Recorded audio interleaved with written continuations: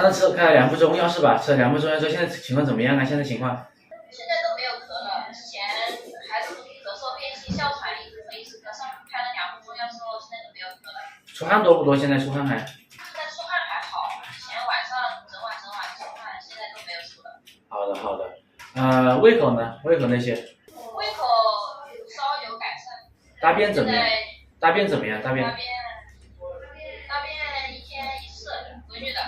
好，行，你这个舌苔是比较淡白的，没什么颜色，你这还是要调一下体质，把脾胃功能调一下，它就不会容易复发，不然这次控制下来，它一吹风又会容易感冒了。之前咳了2个月都没好嘞，到我们江南医院也看了呀，到中医院也看了呀，也做过化呀，吃了头孢好久，开了中药，吃了都没好。既然有效果的话，就坚持一下，把脾胃功能调理一下，恢复体质就可以了。体质恢复，它就不那么容易复发咳嗽了。